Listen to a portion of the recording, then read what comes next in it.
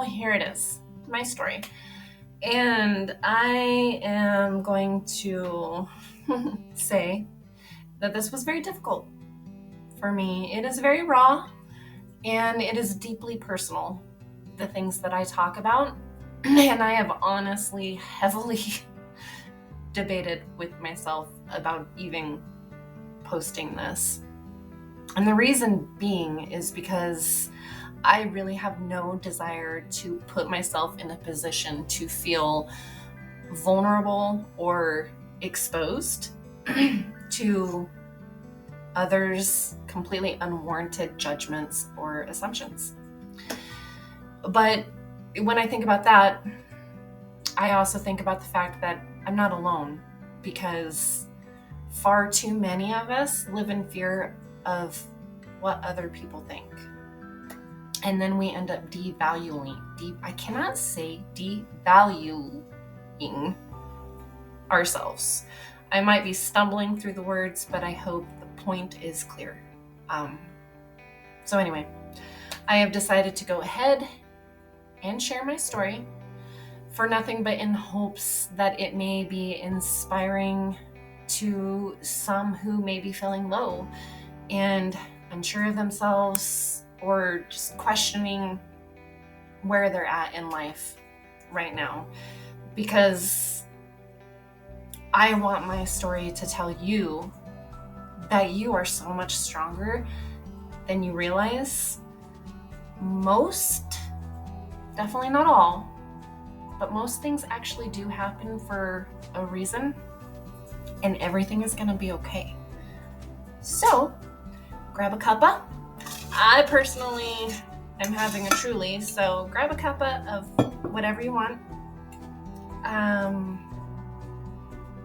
I am talking about difficult things, so a few trigger warnings, possibly. I try to keep it as untriggering as possible. And yeah, you might need a box of tissues. I don't know. Let's get into it.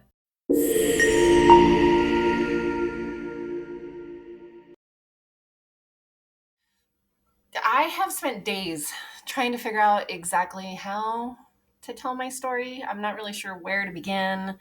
I don't know how far back to go, how much details to include, and I also know my tendency to ramble. So, to stay focused, to be honest, and keep on point, I've kind of written this out of what I want to say, a script, you might say. But even though if it's at times obvious that I'm kind of reading off of something, this is 100% my truth. This is my story. So I'm going to give a little bit of a backstory and then go into more detail of recent years, just to kind of lay a foundation and an understanding of why I am the way I am, I guess. But when I was 10, my family moved from Phoenix to a very small farm and ranch town in Colorado. And let me tell you, it was a complete culture shock. As we drove through town, my first question was, where is the mall? Because I was a city girl. I really was. Not so much anymore, but when we moved here, I was. That mall that I was looking for was, and still is, an hour away. I still vividly remember my first day of the 4th grade here, where I quickly learned that this quaint small town didn't take kindly to outsiders.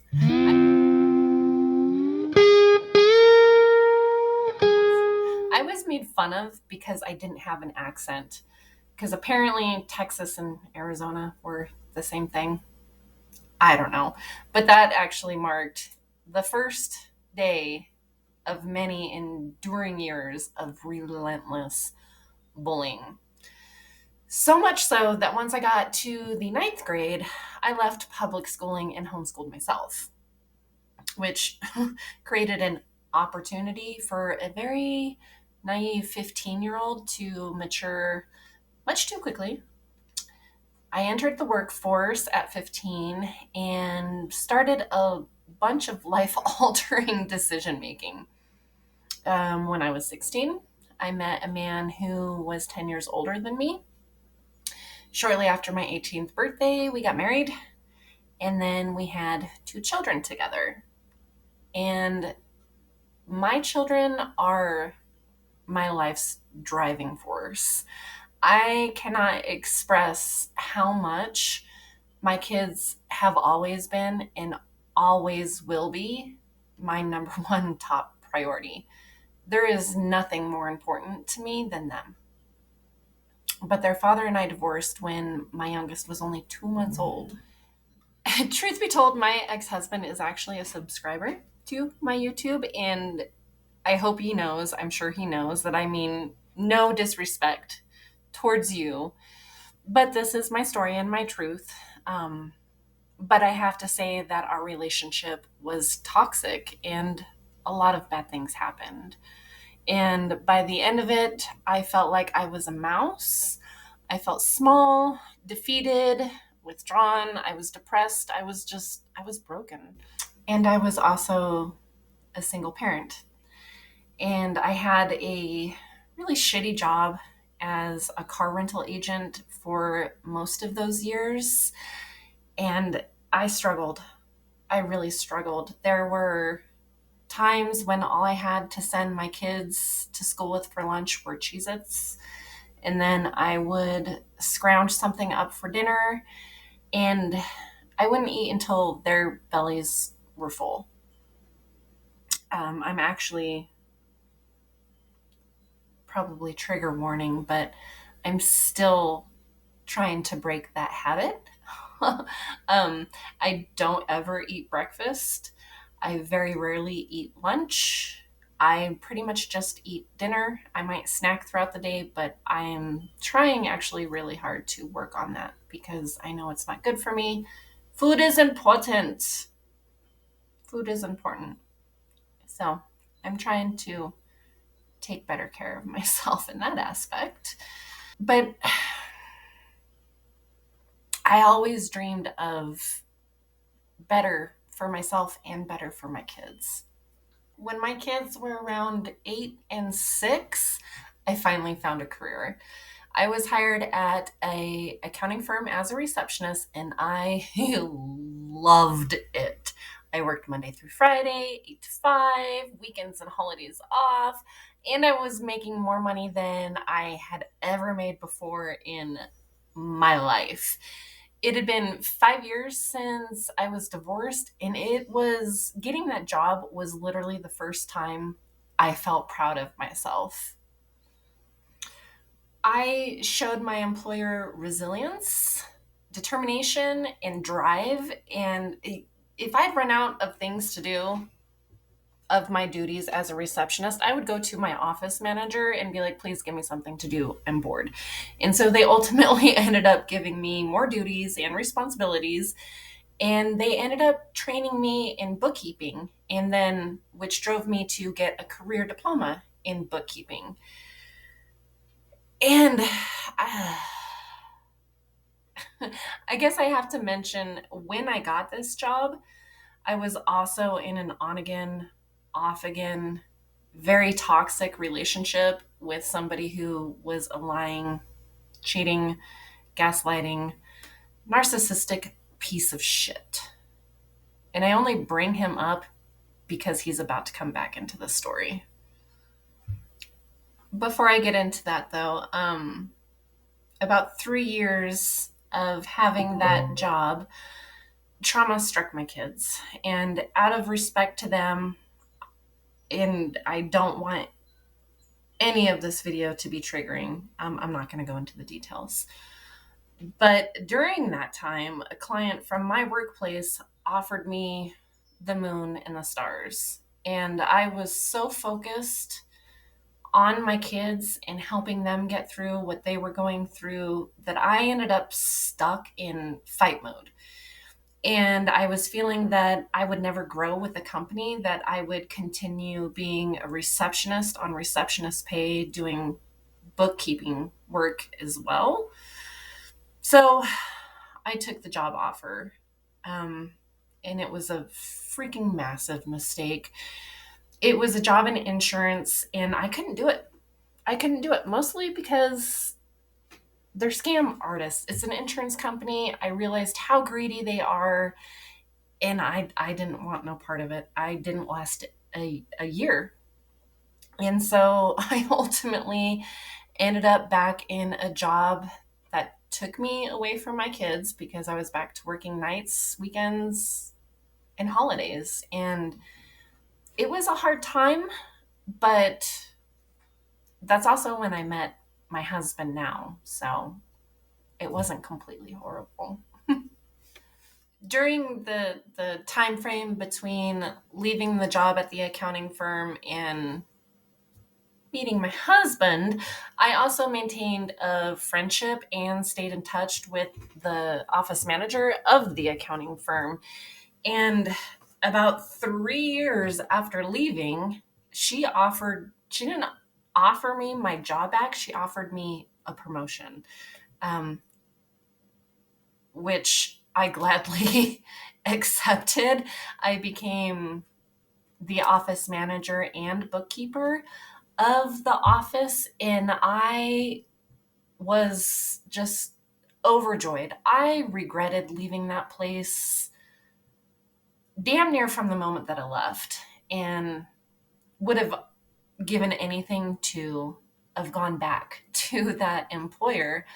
Um, I was loyal and dedicated to them, and I loved how doing that job made me feel. And we were starting to get into hard times in different aspects. So this really, once again, made me feel proud of myself. I wanted to tell everybody what I did.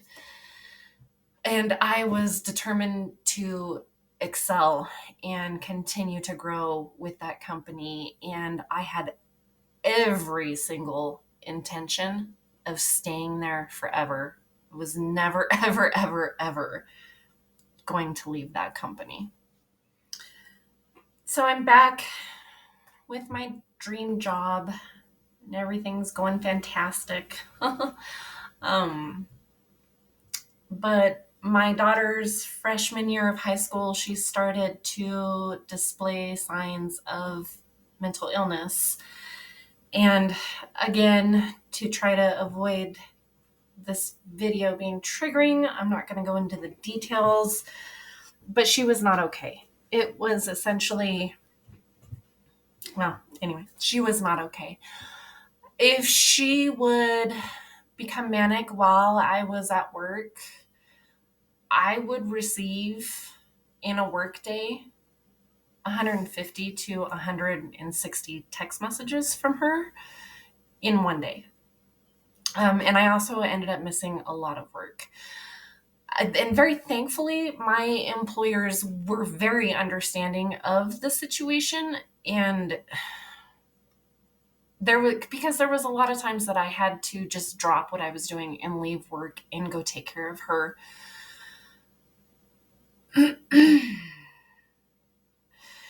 My life became a constant struggle of my career and taking care of her and my son and my relationship with my husband now.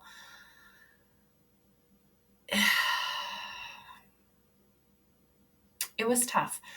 In the course of 2 years, my daughter switched to schools. She ended up in a mental facility a couple of times. She was misdiagnosed with bipolar disorder. She was put on multiple medications, which, if you know anything about that, that's an incredibly difficult thing to do, to find the right dosage. But like I said, she was misdiagnosed. So then she was actually diagnosed with borderline personality disorder and had to be taken off of the medication, which is equally, if not more so, difficult than finding the right dosage. And while all of this stuff was going on, my husband proposed to me during that time, which blows my mind.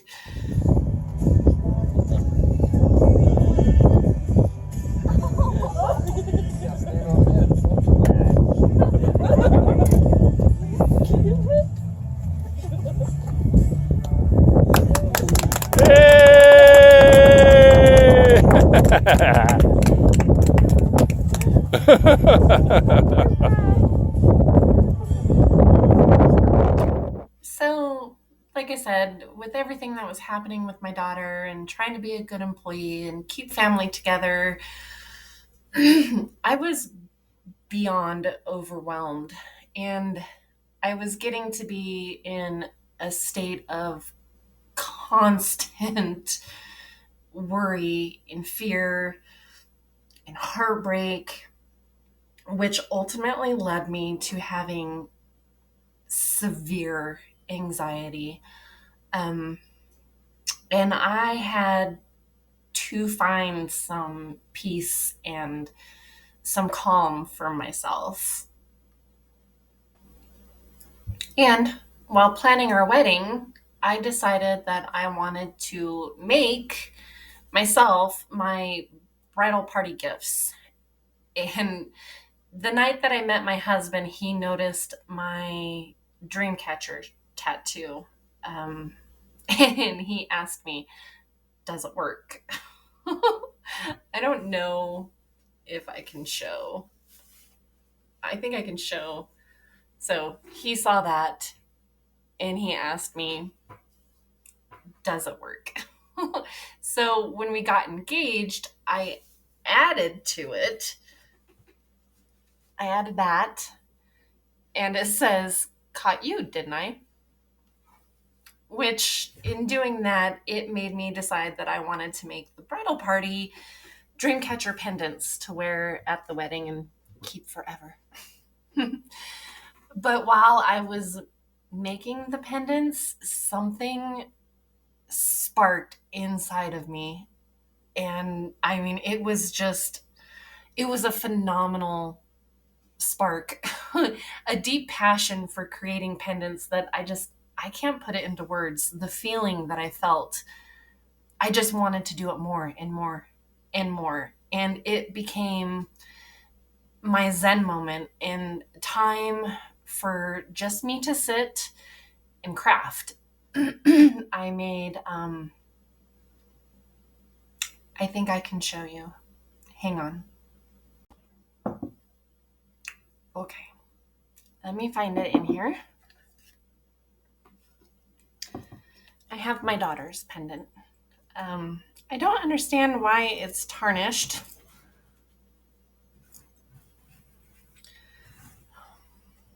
But these are the pendants that I made for my bridal party. Everybody got one. But adjustable. Yeah. This is my daughter's. So that's the first pendant that I ever made.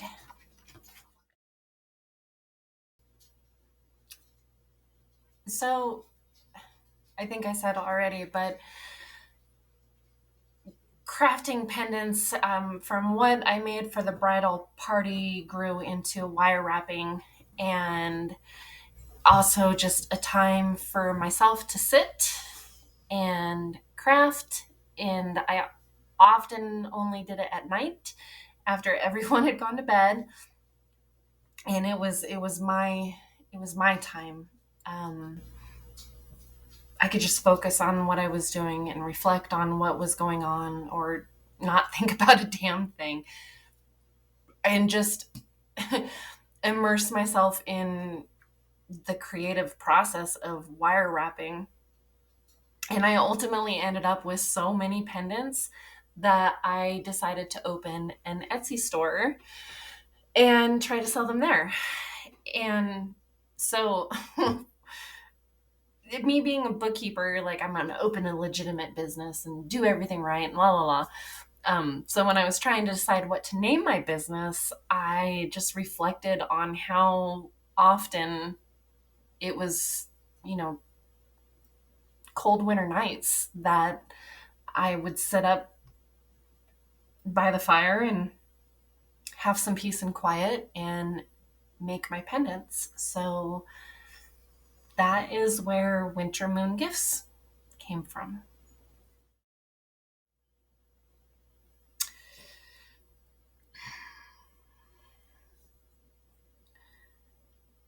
So in early 2020, while I was at work, I got a call from authorities informing me that they were at my home with a search warrant. Um, I rushed home in a panic, no idea what was going on, and frankly, I thought my daughter had gotten into some serious trouble.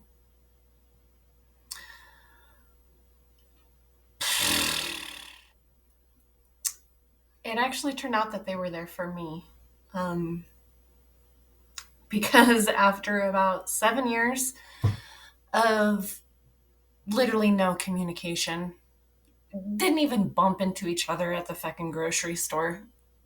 That manipulative, cheating, lying, narcissistic ex reared his ugly face by falsely accusing me of just something horrible.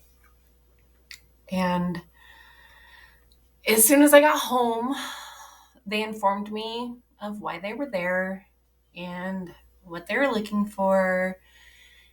They took my phone, which was at that time often my only lifeline to my daughter, and they would not allow me inside my house.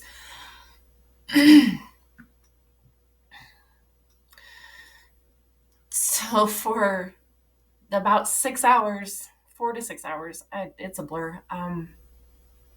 They combed through literally every inch and centimeter of my home while I waited outside completely dumbfounded, um, not understanding what the hell was going on because what they were saying I supposedly did, I did not do.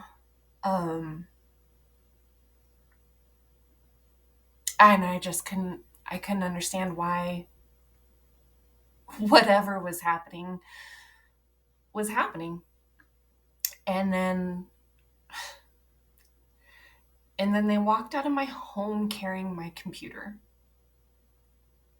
And I knew I just lost my job because I worked for an accounting firm. And sometimes I worked from home. And there was a lot of confidential information on my computer. And yes, it was backed massively with security and it was the law who had it, but it wasn't a fear of a breach of information. I just knew my employer and I knew how they would view that.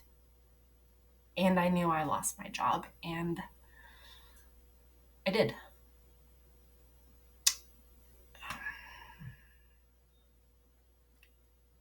If I were to say I was crushed or devastated or confused about everything at that point is a complete understatement. I was going through so much with my daughter, and then this, I was kicked in the dirt. I was beaten. I was down. And after the authorities left and I could finally go into my house, my bras, my underwear, my all of my unmentionables, everything were seemingly very purposely left hanging out of the drawers that they were in. Like they didn't trash the house, but they invaded my house and they made it very uncomfortable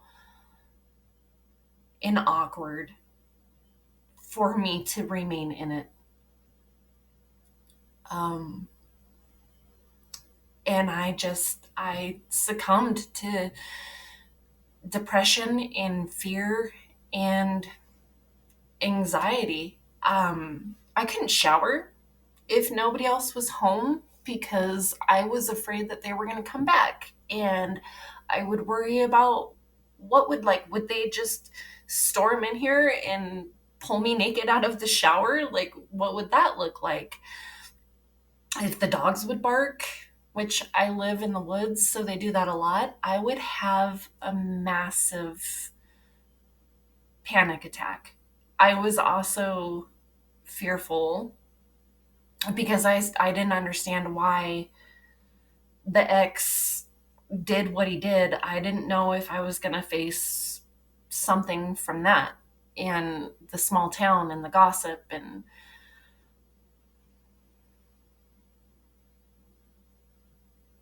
the whole thing left me massively traumatized in a way I can't explain, but to a very extreme degree.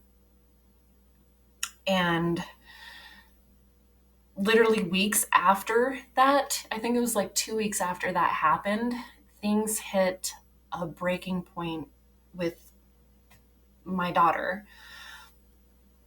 But I was newly unemployed, so I could focus 100%. I could focus 200% on her. And I also, at that point, decided that I would start looking into getting into farmers markets to sell my jewelry and grow my business. And my daughter loved helping me with that. And so even though admits whatever the word is, everything that had happened with her and with me, things started to look up and really started to seem that everything was going to be okay. You know, kind of that everything happens for a reason feeling, and it's going to be all right. And we were back to being a family, and talking and laughing and having fun and making memories. I started dreaming of having someday a brick and mortar storefront that my daughter and myself could run together, and just everything was looking bright. But on her 18th birthday, she had been saying for a very long time, when she turned 18, she was going to move out and she was going to be on her own and do her own thing, and that she would be okay. And on her 18th birthday, I begged her, in the time leading up to it, please, let's keep focusing on you and be here, and let me be here to help you. But she turned 18 and she moved out like she said that she was going to. And 3 weeks later, I realized that the false accusation against me was a blessing, because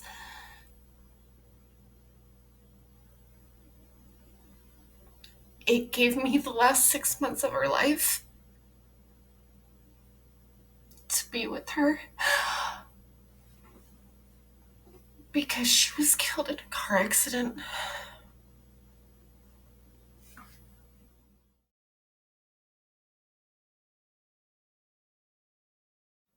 So it's obviously a new day. I knew telling my story would be hard, and I'm sure it's understandable that I just had to stop and I had to walk away for a bit. Um, I'm honestly wondering if I'm sharing too much, But I also feel like if I just say I was bullied as a child, I've been in toxic relationships, I lost my job, I lost my child, I feel like that would just be too vague and just doesn't allow me to convey the message that I'm trying to share here. Typically when somebody starts a business, it's because they have dreamt about it and they have spent numerous hours planning meticulously in their minds. But that was not the case for me. My small handcrafted business started in a very unconventional way. Um, I had my Etsy shop in place when things went south for me at the accounting firm, but it really wasn't creating a significant revenue.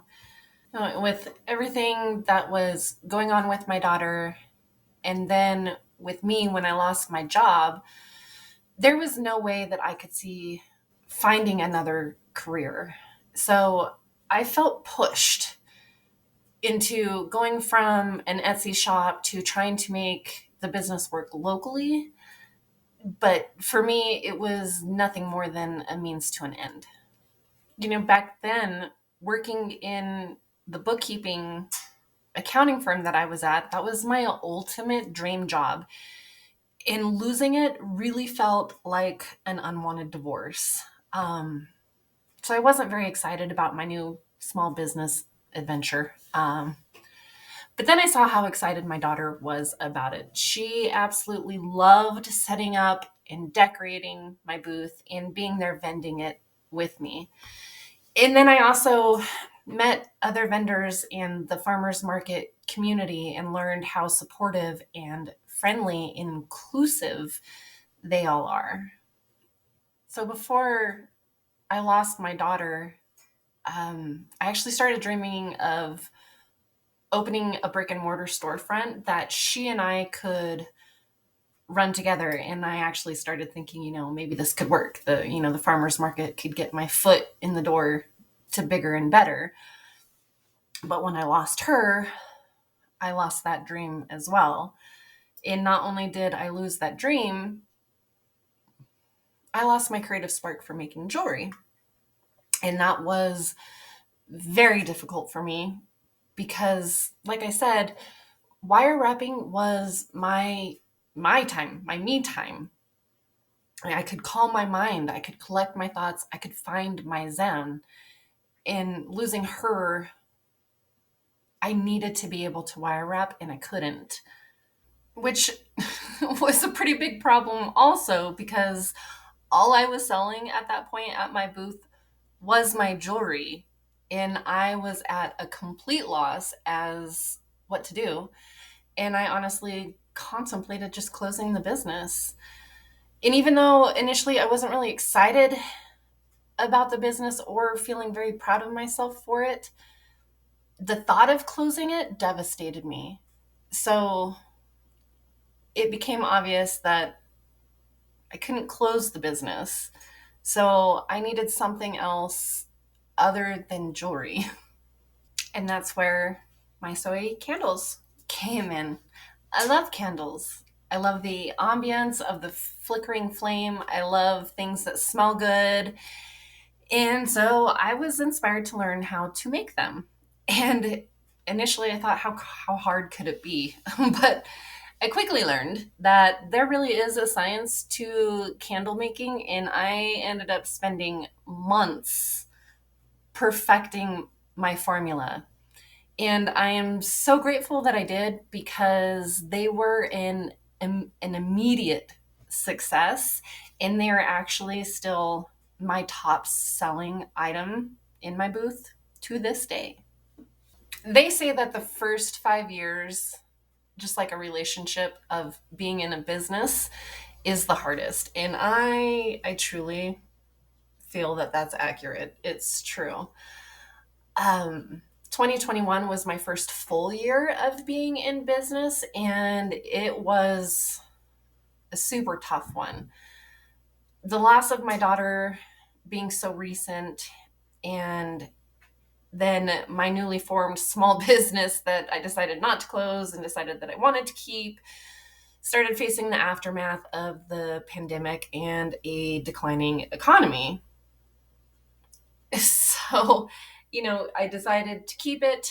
I felt the need that I needed to. I had to keep it, couldn't close it, whatever. But then now I'm facing the challenge that I may not be able to keep it open because the state of the country. And being at markets proved to be pretty difficult for me too, because I would see mothers laughing and hanging out and shopping with their daughters, and it's indescribable how much that hurt. So I think it's safe to say that I just barely limped through my first year. In 2022, year two, I still wasn't able to wire wrap, but I started feeling kind of that need to craft and create again. And my booth was also pretty bare because I had no jewelry. Um, so just really had the candles. So I decided to try to make incense, which that has actually worked out pretty well, but I wanted more variety. I started thinking, my business name is Winter Moon Gifts. It's got to have a variety.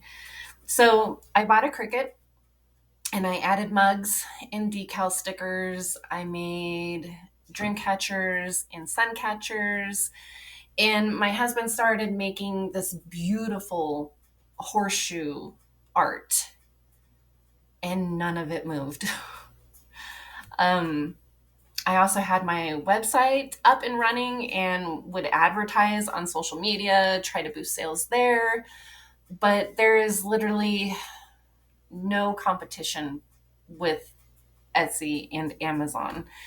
So once again, I started questioning my sanity. And it was feeling like I was just trying to force something that just wasn't meant to be. But this driving force remained in the just the pit of my soul, that it just kept telling me to keep pushing, keep doing what you're doing, keep trying, and just don't give up. 2023 was the year that my creative spark for wire wrapping jewelry came back, which was huge for me. It was a healing milestone, I think. But now I have to look back on the time that I couldn't do it and acknowledge how far I pushed myself to keep my business alive.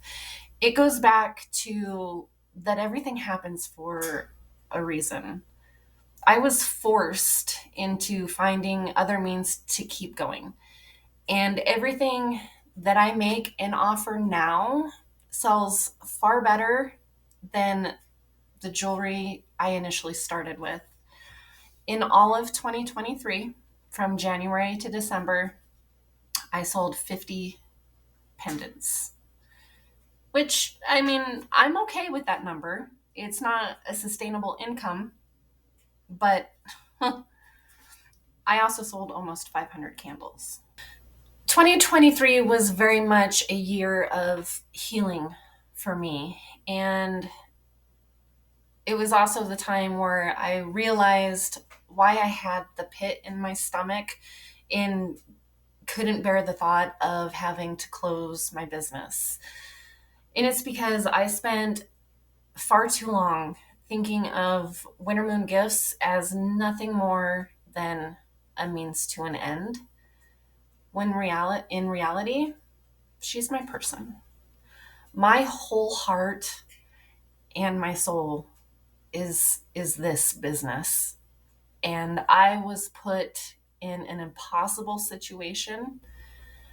And even though I felt like I was knocked down, looking back at it now, I realized that what I did is I may have been put in a situation that knocked me down, but I instantly stood back up and fought back. And so here we are in 2024, and I am just going to fight even harder. Right now is my slow time, and I am pushing as hard as I possibly can to try to boost website sales.